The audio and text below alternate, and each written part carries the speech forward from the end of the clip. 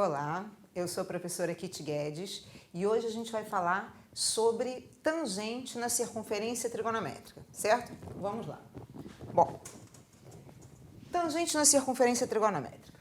Dado um arco trigonométrico AM de medida alfa, com M não pertencente ao eixo das ordenadas, isso é importante, daqui a pouco a gente vai ver por quê, chama-se tangente de alfa a ordenada do ponto T, que é a interseção da reta OM com o eixo das tangentes.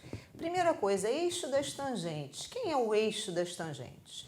Bom, o eixo das tangentes, ele é um eixo paralelo ao eixo dos senos, portanto, um eixo vertical, que tangencia a circunferência trigonométrica na origem dos arcos. Então, o eixo das tangentes é esse que eu desenhei aqui em verde, certo? Eixo das tangentes. Bom, relembrando, a gente já sabe que o eixo das abscissas é o eixo dos cossenos, que o eixo das ordenadas é o eixo dos senos. Então, o eixo das tangentes, paralelo ao eixo dos senos, tangenciando a circunferência na origem. Ok. Dado um arco alfa, cuja extremidade na circunferência trigonométrica é o ponto M, então o arco alfa, olha esse que está aqui assinalado em rosa, aqui está o meu ângulo alfa correspondente. Para a gente encontrar a tangente desse ângulo alfa, a gente prolonga a extremidade desse segmento até interceptar o eixo das tangentes. Portanto, a interseção da reta OM, quer dizer, a reta que passa pelos pontos O e M, com o eixo das tangentes é o ponto T. E aí, este comprimento que vai do A até o ponto T é chamada tangente de alfa. Então, esse tamanho aqui é a nossa tangente de alfa. Bom, aí tem algumas coisas importantes para a gente assinalar, que são as seguintes. Vamos passear pela circunferência trigonométrica para a gente entender o comportamento da tangente. Aqui, olha, eu exemplifiquei com o ângulo alfa. Aí a gente prolongou, a gente interceptou o eixo das tangentes, esse é o tamanho da tangente de alfa. Agora vamos pensar o seguinte, olha, à medida que eu aumentar esse ângulo alfa, ó, estou girando com ele aqui no eixo das tangentes.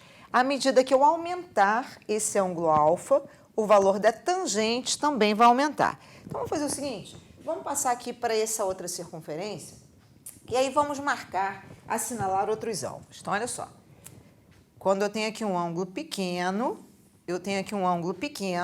eu prolongo a extremidade desse ângulo, e aí este tamanho aqui é a tangente desse ângulo alfa, né? Opa, melhor não ir para lá, né? Vamos lá. Esse tamanho aqui é a tangente do ângulo alfa. À medida que eu aumentar o ângulo alfa, olha só o que está acontecendo com a tangente, o valor da tangente. O valor da tangente está aumentando. Agora a tangente é essa daqui. Aí eu aumento mais o ângulo alfa, prolongo, o valor da tangente aumentou mais ainda. Quando eu chego aqui bem pertinho do π sobre 2, ó, olha o valor da tangente, como é que ele já está indo lá. Olha aqui o que está acontecendo. Ó. Quando eu chego aqui pertinho do π sobre 2, se eu prolongar isso, isso vai interceptar o eixo das tangentes lá em cima, não é isso? E quanto mais próximo eu chegar do π sobre 2, maior será o valor dessa tangente. Então, a gente diz o seguinte, quando a gente está aqui pertinho do π sobre 2, o valor da tangente tende a mais infinito. Ou seja, à medida que x se aproxima do π sobre 2 no primeiro quadrante, o valor da tangente tende a mais infinito. Tá. E quando a gente chegar aqui no π sobre 2, o que vai acontecer? Quando a gente chegar aqui no π sobre 2, olha só, quando a gente chegar aqui, essa reta que passa pela origem, né, aqui do sistema cartesiano, e que passa por esse ponto, ela vai ser paralela ao eixo das tangentes. Portanto, ela não vai interceptar o eixo das tangentes. O que quer dizer, então, que não existe a tangente de π sobre 2.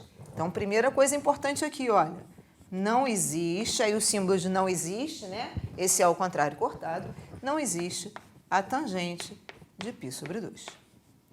Tá. Aí, a gente começou aqui por esse arco, só que a gente não falou do zero, por exemplo.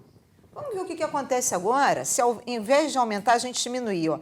À medida que esse ângulo aqui vai diminuindo, o valor correspondente da tangente também vai diminuindo.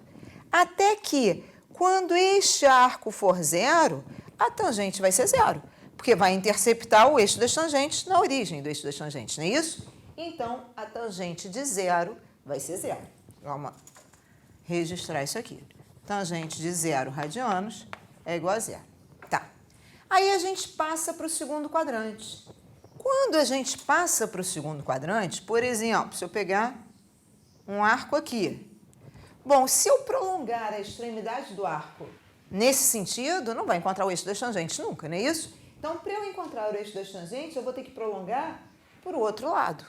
E aí, quando a gente prolongar para o outro lado, a gente vai interceptar o eixo das tangentes aqui embaixo. Aqui embaixo, num valor, então, que será negativo, não é isso? Porque o zero do eixo das tangentes está aqui, acima do zero são os valores positivos, abaixo do zero estão os valores negativos. Então, outra coisa importante. No segundo quadrante, a tangente é negativa, porque quando a gente prolongar, vai dar na parte negativa do eixo das tangentes, certo? E aí vamos ver o que acontece quando a gente está aqui pertinho do π sobre 2. Quando a gente está aqui pertinho do π sobre 2 e a gente prolonga isso, olha lá, estou aqui pertinho do π sobre 2. Quando eu prolongar, eu vou encontrar o eixo das tangentes lá embaixo. Ou seja, o valor da tangente é grande em módulo, no entanto, é negativo. Então, a gente diz que quando x está próximo do π sobre 2 no segundo quadrante, o valor da tangente tende a menos infinito, certo? Aí, à medida que eu ando aqui no segundo quadrante, o valor da tangente diminui em módulo, no entanto, aumenta, visto que ele é negativo, né? Então, ó, vou continuar caminhando aqui no segundo quadrante, ó. Se eu pego um arco aqui, a sua tangente continua sendo negativa, mas o valor em módulo está diminuindo. Portanto, como o número é negativo, o valor está aumentando. Aí eu vou me aproximar aqui do π. Ó, o valor em módulo está diminuindo, aqui no π a tangente vai ser zero. Então, tangente de π radianos é igual a zero. Hoje está se desfazendo. Aí, passo para o terceiro quadrante. Quando eu passar para o terceiro quadrante, o que acontece? Se eu pegar, por exemplo, um arco aqui, ó, mesma coisa. Para eu encontrar o eixo das tangentes, eu vou ter que prolongar para cá. E aí a gente observa que no terceiro quadrante os valores serão positivos. Os valores da tangente serão positivos. E mais, olha só, esse arco aqui, por exemplo, a tangente dele vai ser igual à tangente de um arco do primeiro quadrante, não é isso? A gente vai falar sobre isso depois. Bom, então no terceiro quadrante os valores estão positivos e aumentando. Ó, à medida que eu aumento o arco, o valor da tangente está aumentando, está aumentando. Aí, ó, à medida que eu me aproximo do 3π sobre 2, quando eu me aproximo do 3π sobre 2, o valor da tangente está ficando grande. Ou seja, quando eu me aproximo do 3π sobre 2, no terceiro quadrante, a tangente está tendendo a mais infinito.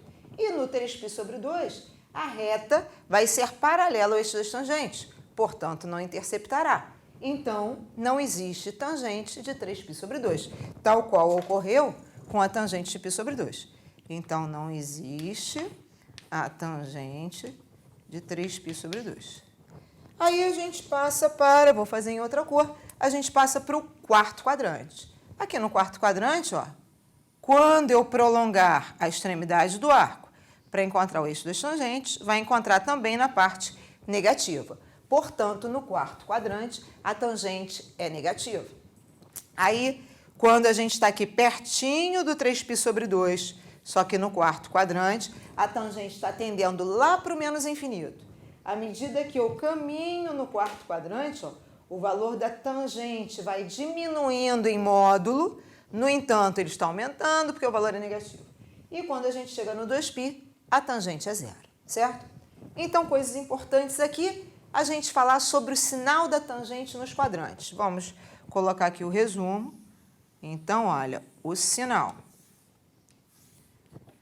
No primeiro quadrante e no terceiro quadrante, perdão, a tangente é positiva, até porque a gente tem os arcos do terceiro quadrante possuem a mesma tangente que outros arcos do primeiro, que a gente vai ver num outro vídeo como fazer isso, como encontrar isso. E no segundo e no quarto quadrante, a tangente é negativa, certo? Outra coisa importante é o seguinte, a gente viu que não existe a tangente nem de π sobre 2, nem de 3π sobre 2. Mas, na verdade, não existe do π sobre 2 e do 3π sobre 2, nem dos outros arcos que são côngruos a ele. Como assim? Eu posso dar uma volta mais π sobre 2, também não vai existir a tangente. Ou posso dar 10 voltas mais π sobre 2, ou seja, eu vou ter que escrever na forma geral. Qual é a forma geral? Eu posso dar n voltas mais π sobre 2, ou n voltas mais 3π sobre 2. E aí não vai existir a tangente. Só que ao invés de eu escrever a forma geral do π sobre 2 como n voltas mais π sobre 2, que seria n vezes 2π mais π sobre 2, e escrever a forma geral separadamente do 3π sobre 2, que do mesmo modo são n voltas mais 3π sobre 2, portanto, n vezes 2π mais 3π sobre 2, ao invés de escrever separado, eu vou escrever uma forma geral apenas para essas duas extremidades. Como é que eu vou escrever só uma forma geral? Observe o seguinte, se eu fizer o meu arco cair nessas duas extremidades, se a cada uma delas eu somar π sobre 2, eu vou para o π sobre 2 e para o 3π sobre 2. Portanto, basta que eu use a forma geral desses dois pontos. Forma geral essa que nós já vimos em outro vídeo, que é n vezes π. Por quê? O π é meia volta. Então, se eu der n meias voltas, eu caio neste ponto ou neste ponto, desde que, claro, o n seja um número inteiro. E aí, se eu tiver em um desses dois pontos e somar π sobre 2, ou se eu tiver aqui e somar π sobre 2, eu venho para cá. Se eu tiver aqui e somar π sobre 2, eu venho para cá. Então, uma forma geral apenas para mostrar essas duas extremidades vai ser nπ mais π sobre 2.